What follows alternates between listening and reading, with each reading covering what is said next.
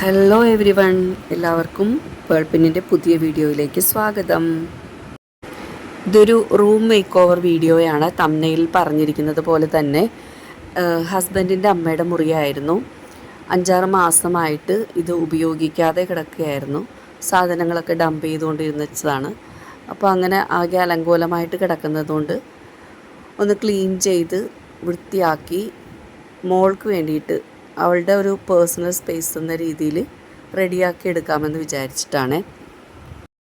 അപ്പം ഞങ്ങൾ ആദ്യം ചെയ്തത് ഈ മുറിയിൽ കൊണ്ടുവന്ന് വച്ചിരിക്കുന്ന എല്ലാ സാധനങ്ങളും എടുത്ത് ഹാളിലേക്കും വരാന്തയിലേക്കുമൊക്കെ മാറ്റി വെച്ചിട്ടാണ്.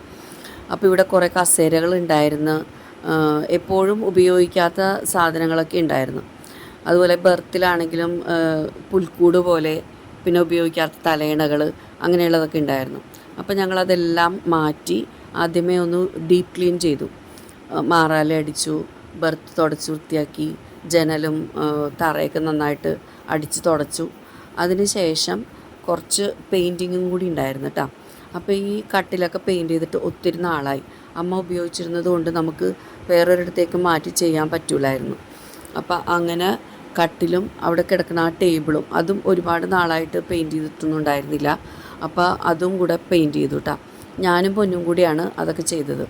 അതിനുശേഷം ജൂട്ട്സൺ പേർപ്പിൾ പ്ലം കളറിൽ, ലാവൻഡർ പേർപ്പിൾ പ്ലം കളറിലെ പെയിൻറ്റ് 2 ഭിത്തിയിലായിട്ട് അടിച്ച് തന്നിട്ടാ.